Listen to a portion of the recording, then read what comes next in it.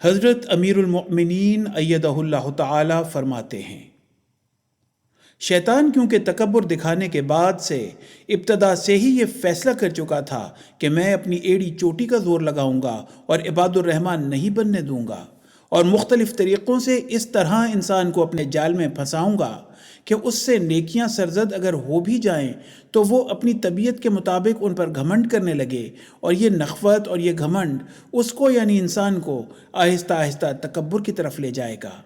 یہ تکبر آخرکار اس کو اس نیکی کے ثواب سے محروم کر دے گا۔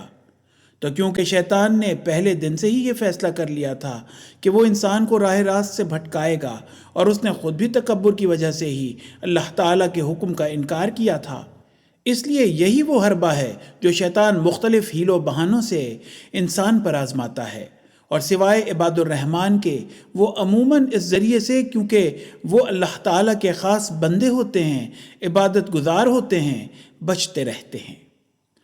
اس کے علاوہ عموماً تکبر کا ہی یہ ذریعہ ہے جس کے ذریعے شیطان اس کو اپنی گرفت میں لینے میں کامیاب ہو جاتا ہے۔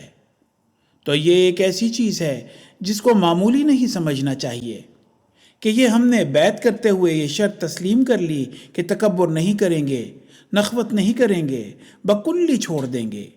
یہ اتنا آسان کام نہیں ہے، اس کی مختلف قسمیں ہیں، مختلف ذریعوں سے انسانی زندگی پر شیطان حملہ کرتا رہتا ہے۔ بہت خوف کا مقام ہے۔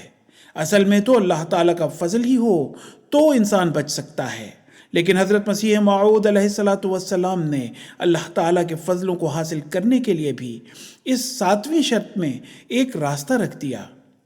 فرمایا کیونکہ تم تکبر کی عادت کو چھوڑو گے تو جو خلا پیدا ہوگا اس کو اگر عاجزی اور فروتنی سے پر نہ کیا تو تکبر پھر حملہ کرے گا۔ اس لیے عاجزی کو اپناؤ، کیونکہ یہی راہ اللہ تعالیٰ کو پسند ہے۔